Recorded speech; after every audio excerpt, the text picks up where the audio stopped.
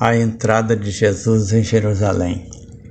Ninguém do século I registrou que algum dos candidatos a Messias tenha tido tal comportamento.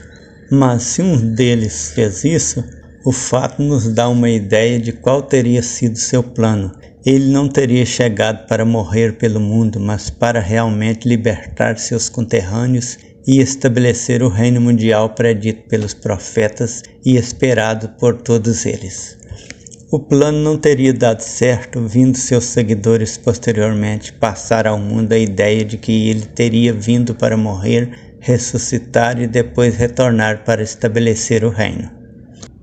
Quando se aproximaram de Jerusalém e chegaram a Betfagé, ao Monte das Oliveiras, enviou Jesus 2 discípulos, dizendo-lhes: Ide à aldeia que está defronte de vós, e logo encontrareis uma jumenta presa e um jumentinho com ela. Desprendei-a e trazei-mos. E se alguém vos disser alguma coisa, respondei: o Senhor precisa deles, e logo os enviará.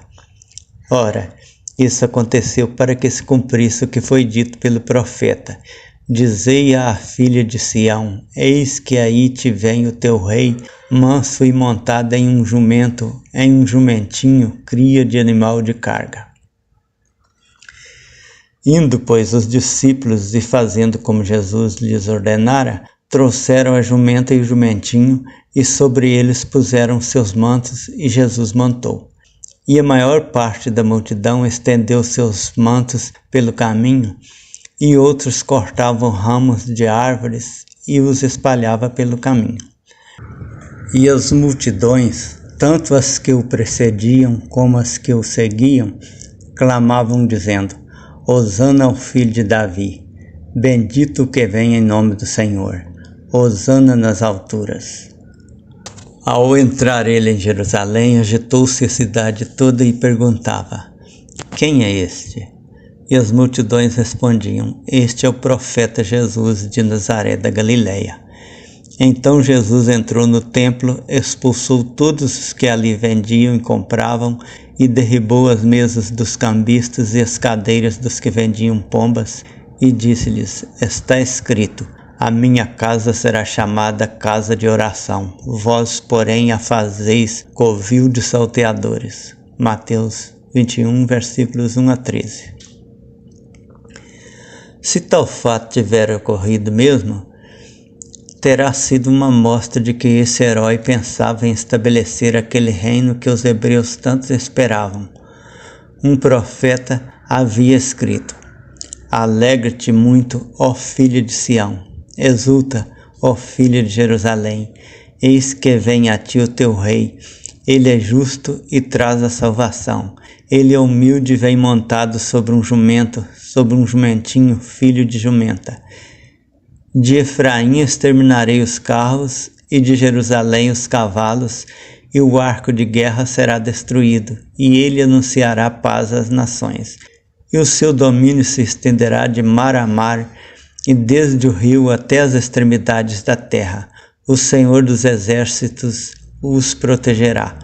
E eles devorarão e pisarão os fundibulários, também beberão o sangue deles como ao vinho, e encher-se-ão como bacias de sacrifício, como os cantos do altar. Zacarias 9, versículos 9, 10 e 15. Segundo essa previsão de Zacarias, esse rei predito não seria como um cordeiro oferecido em sacrifício, mas teria um exército bem violento que esmagaria os inimigos.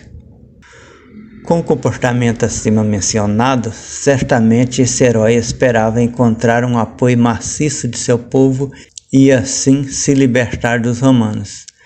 Mas como todos os outros, ele não logrou êxito, terminando crucificado.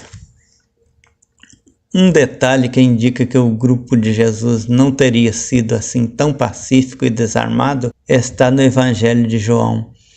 Então Simão Pedro, que tinha uma espada, desembainhou-a e feriu o servo do sumo sacerdote, cortando-lhe a orelha direita.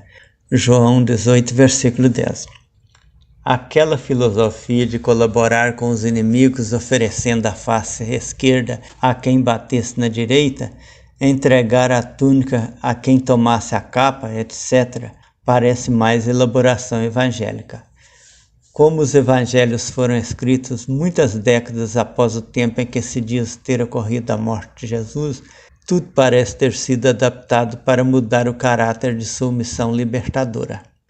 Como os próprios conterrâneos de Jesus não teriam como reconhecer nele características compatíveis com o libertador predito, esse pretenso libertador foi executado e os seus seguidores saíram pregando a sua ressurreição aos outros povos e a promessa de ressurreição a todos que nele crescem, vindo a convencer boa parte do mundo de que teria sido ele o Messias prometido pelos profetas, criando a maior religião de todos os tempos.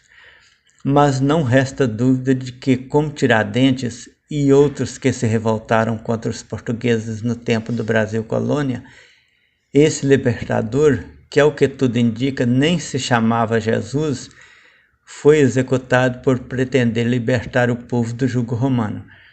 E seus seguidores passaram a pregar a nova doutrina que prometia ressurreição aos que seguissem seus ensinamentos. O nome Jesus, como muitos fatos da vida dele que são cópias de mitos dos povos gregos, romanos, babilônios, persas, etc., deve ter sido também uma adaptação, uma vez que os historiadores da época não conheceram nenhum Jesus que se arvorasse em libertador de Israel por volta do ano 33, ano apontado pelos cristãos. O caráter de Jesus é bastante contraditório entre os evangelhos, mas o que transparece entre eles é que esse líder sobre o qual fundaram o cristianismo, se tiver existido, intentava libertar os judeus do jugo romano e estabelecer aquele reino que fora predito pelos profetas e que, se o previsto fosse cumprido, teria sido séculos antes de sua época.